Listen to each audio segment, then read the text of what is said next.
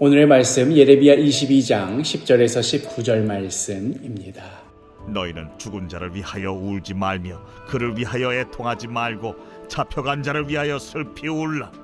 그는 다시 돌아와 그 고국을 보지 못할 것임이라. 여호와께서 유다 왕 요시야의 아들 곧 그의 아버지 요시야를 이어 왕이 되었다가 이곳에서 나간 살룸에 대하여 이와 같이 말씀하시니라. 그가 이곳으로 다시 돌아오지 못하고 잡혀간 곳에서 그가 거기서 죽으리니 이 땅을 다시 보지 못하리라. 불의로 그 집을 세우며 부정하게 그 다락방을 지으며 자기의 이웃을 고용하고 그의 품삯을 주지 아니하는 자에게 화 있을진저. 그가 이르기를 내가 나를 위하여 큰 집과 넓은 다락방을 지으리라 하고 자기를 위하여 창문을 만들고 그것에 백향목으로 입히고 붉은 빛으로 칠하도다. 내가 백향목을 많이 사용하여 왕이 될 수 있겠느냐? 내 아버지가 먹거나 마시지 아니하였으며 정의와 공의를 행하지 아니하였느냐? 그때에 그가 형통하였었느니라. 그는 가난한 자와 궁핍한 자를 변호하고 형통하였나니 이것이 나를 알미하느냐? 여호와의 말씀이니라. 그러나 내 두 눈과 마음은 탐욕과 무죄한 피를 흘림과 압박과 포악을 행하려 할 뿐이니라. 그러므로 여호와께서 유다의 왕 요시야의 아들 여호야김에게 대하여 이와 같이 말씀하시니라. 무리가 그를 위하여 슬프다 내 형제여, 슬프다 내 자매여 하며 통곡하지 아니할 것이며 그를 위하여 슬프다 주여 슬프다 그 영광이여 하며 통곡하지도 아니할 것이라. 그가 끌려 예루살렘 문 밖에 던져지고 나귀같이 매장함을 당하리라. 오늘 우리가 읽은 본문은 지난 월요일에 묵상하였던 열왕기서의 말씀, 요시야 왕의 죽음 이후에 남유다의 상황이 어떻게 진행되었는가 하는 것에 대한 예레미야의 예언에 해당하는 그런 말씀입니다.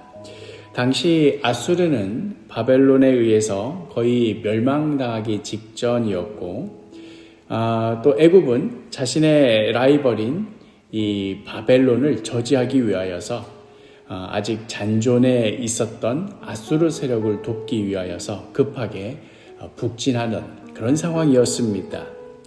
애굽 입장에서는 바벨론의 저지를 막기 위한 것이라 하겠지만 남유다 입장에서는 바벨론을 바벨론을 저지한다는 명목으로 아수르를 돕게 할 수도 없었습니다. 사실 므낫세 이후에 남유다가 우상 숭배로 물들게 된 주요 요인 중 상당 부분은 바로 이 아수르의 영향력에 의한 것이었습니다. 이를 종교개혁의 그 명분으로 청산하였던 것이 바로 요시야 왕이었고, 이제 이 개혁을 성공적으로 마치는가 싶을 때에 애굽의 북상으로 인하여서 다시 이제 아수르가 꺼져가는구나 싶었던 그 불씨를 애굽이 다시 살려주려고 하는 그런 상황이었던 것이지요. 그리하여 애굽의 느고 왕이 나는 남유다와 싸울 이유가 없으니 제발 비켜달라 이렇게 하소연하여도 요시야는 득달같이 달려들어서 어떻게든 아수르의 숨통을 끝까지 끊어내고자 하였습니다. 결국 그 요시야의 시도는 성공하였습니다. 애굽은 원래 바로 올라가서 아수르를 도와 바벨론과 전투를 벌일 계획이었는데 뜻하지 않게 중간에 남유다와 붙는 바람에 아수르를 원조하려던 계획이 늦어지게 되었고, 끝내 아수르는 다시 살아나지 못하고 결국 바벨론에 의해서 완전히 멸망하고 말았습니다. 그리고 그 과정에서 요시야도 전사하고 말았습니다. 이런 국제 관계와 역학 속에서 그 다음 이제 요시야의 아들 중에 장자가 아닌 반애굽파였던 차자 여호아하스가 왕위를 이어받게 된 것은 어찌 보면 정해진 수순이라 할 수 있겠습니다. 남유다로서는 그토록 아끼던 왕을 누구한테 잃었습니까? 애굽한테 잃었습니다. 또한 이런 상황을 지켜보고 있던 애굽은 또 그 입장이 어땠겠습니까? 결과적으로 아수르를 제때 돕지 못하였고 바벨론을 저지하지도 못했습니다. 따지고 보면 이게 다 중간에 남유다가 방해했기 때문이었습니다. 그리하여 애굽은 이 남유다에게 화풀이를 하게 되는 것이지요. 요시아의 뒤를 이어서 왕이 되었던 반애굽파 여호아하스는 등극한 지 3개월 만에 애굽의 침공을 받고 왕위에서 강제로 끌어내려집니다. 그리고는 애굽의 포로로 끌려가게 되는 것이지요. 그에 대한 예언이 바로 오늘의 이 11절, 12절 말씀입니다. 여호와께서 유다 왕 요시아의 아들 곧 그의 아버지 요시아를 이어 왕이 되었다가 이곳에서 나간 살룸, 여기서 살룸은 바로 여호아하스를 말합니다. 살룸에 대하여 이와 같이 말씀하시니라. 그가 이곳으로 다시 돌아오지 못하고 잡혀간 곳에서 그가 거기서 죽으리니 이 땅을 다시 보지 못하리라. 그렇게 요아스의 차자인 여호아하스는 등극한 지 3개월 만에 애굽의 포로로 끌려가게 되고 또 결국은 그곳에서 죽고 맙니다. 이 기회에 친애굽파를 자처하였던 장남 엘리야김이 애굽의 권세를 등에 업고 대신 왕위를 이어가게 됩니다. 애굽은 이 엘리야김의 이름을 여호야김으로 바꾸어 줍니다. 말을 그 의미를 들여다보자면 엘리야김은 하나님이 세웠다라는 뜻이고 여호야김은 여호와가 세웠다 하는 뜻입니다. 하나님이 세우든 여호와가 세우든 의미 자체로는 크게 바뀐 것이 없습니다. 그러나 외세가 강제로 왕의 이름을 바꾸었다 하는 그 행위 자체가 의미심장한 것이지요. 그 이름 자체로는 여호와가 세웠다 하는 이름으로 여호야김이지만 그러나 실제로 그를 왕으로 세운 것이 누굽니까? 애굽입니다. 이게 무슨 의미겠습니까? 앞으로 마치 애굽을 여호와인 줄 알며 잘 섬겨라 하는 협박이자 위협입니다.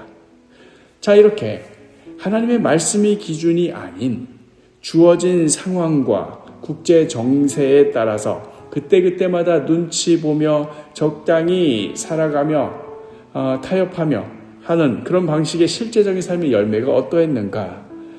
예레미야가 이렇게 고발하지요. 13절 14절 불의로 그 집을 세우며 부정하게 그 다락방을 지으며 자기의 이웃을 고용하고 그의 품삯을 주지 아니하는 자에게 화 있을진저 그가 이르기를 내가 나를 위하여 큰 집과 넓은 다락방을 지으리라 하고 자기를 위하여 창문을 만들고 그것에 백향목으로 입히고 붉은 빛으로 칠하도다. 내가 이 왕자리 하나 유지하려고 애굽에 바친 게 얼만데 나도 본전 뽑아야지 않겠나 하고는 이 새로 뽑힌 이 여호야김이 백성들의 피와 기름을 쥐어 짜기 시작합니다. 그렇게 해서 앞에서는 애굽에 굴신되고 뒤로는 백성들을 아주 수탈합니다. 나라는 기울어가기 직전인데 온갖 호화로운 건축물을 세우느라 여념이 없습니다. 이에 하나님의 저주가 선포되지요. 18절 19절 그러므로 여호와께서 유다의 왕 요시아의 아들 여호야김에 대하여 이와 같이 말씀하시니라. 무리가 그를 위하여 슬프다 내 형제여 슬프다 내 자매여 하며 통곡하지 아니할 것이며 그를 위하여 슬프다 주여 슬프다 그 영광이여 하며 통곡하지도 아니할 것이라. 그가 끌려 예루살렘 문 밖에 던져지고 나귀같이 매장함을 당하리라. 그렇게 애굽에 반대하던 동생 여호아하스의 최후도 또 반대로 애굽의 친화적이었던 형 여호야김의 최후도 둘 모두 비참하기 그지 없었습니다. 조국이 풍전등화의 위기 가운데 떨어진 그 역사의 격변기 한가운데에서 누군가는 이 나라의 기대였고 누군가는 저 나라의 기대였습니다. 그러나 그 어느 쪽도 하나님께서 바라시는 바가 아니었습니다. 하나님께서 원하신 것은 명백했습니다. 하나님께 돌아오는 것, 삶 가운데 그 순종의 열매를 맺는 것. 오늘 보면 15절 16절 내 아버지가 요시야 왕이지요. 내 아버지가 먹거나 마시지 아니었으며 정의와 공의를 행하지 아니하였느냐. 그때에 그가 형통하였었느니라. 그는 가난한 자와 궁핍한 자를 변호하고 형통하였나니 이것이 나를 알미 아니냐. 여호와의 말씀이니라. 이것이 바로 하나님을 안다는 것의 의미이고 이것이 바로 하나님께서 원하시는 바였건만 결국 이스라엘의 마지막 역사는 각자 나름대로의 방법과 신념으로 명목은 나라를 구해보겠다고, 정권을 유지하겠다고, 저 반대파를 쓸어버리고 새로운 역사를 만들겠다고 그럴듯한 정당성과 명분과 심지어는 신앙의 이름까지 들먹였겠지만 막상 그들의 삶의 열매가 보여주는 바는 정말 이제 거기였습니다. 하나님께로 향하지 않은 모든 인생의 말로가 그러합니다. 그렇게 이스라엘의 마지막 역사는 인간의 한계와 실패와 고집으로 파국에 치닫는 결론을 보여주었습니다.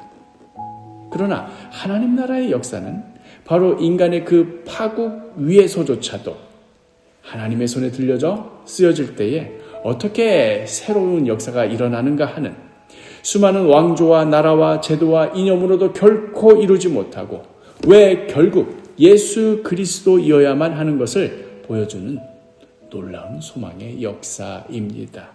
기독교 신앙의 핵심이 바로 이 지점에 있습니다.